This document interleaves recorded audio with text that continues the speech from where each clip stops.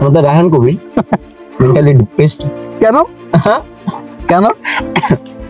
সে আসলে mentally depressed ছিল। তার অনেকগুলো কারণ মানুষের থাকে।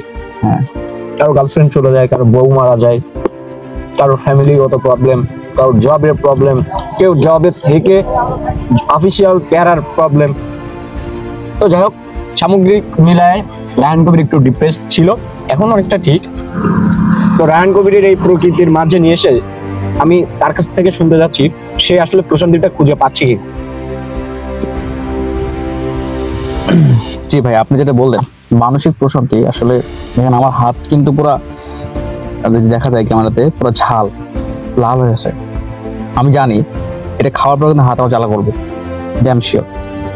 কিন্তু এরকম পরিবেশে এসে আমার মনে হয় না বর্তমান জেনারেশন আমাদের বয়সের তারা এই ফিল্ডে পাবে, কারণ তারা আসেন, তারা প্রাকৃতিক কাছে আসার চেষ্টা করে না। এইগুলা আসলে তারা মানতে চায় না আসলে কতটুকু শান্তি আসে। অনেকেই রাস্তাতে যাচ্ছে, আমাদের পিছনে রাস্তা, অনেকে দেখতেছে, অনেকেই দেখলাম একটা আপসের ছবি তুলতেছে, বললো যে লোক দিচ্ছি ভাই আমাদের ইয়া। তো আসলে এটা আসতে হবে। আমি এই জেনারেশনটাকে আমি বলতে চাই যে বিকাল টাইমে, ফ্রি টাইমে আপনার প্রাকৃতিক কাছে আসেন, ফলমূল নিয়ে আসেন, খান, এক জায়গায় বসে আড্ডা দেন, দেখবেন লাইফটা আসলে অনেক সুন্দর। এতটুকু, আর কিছু বলার নাই। খেতে হবে এখন জাস্ট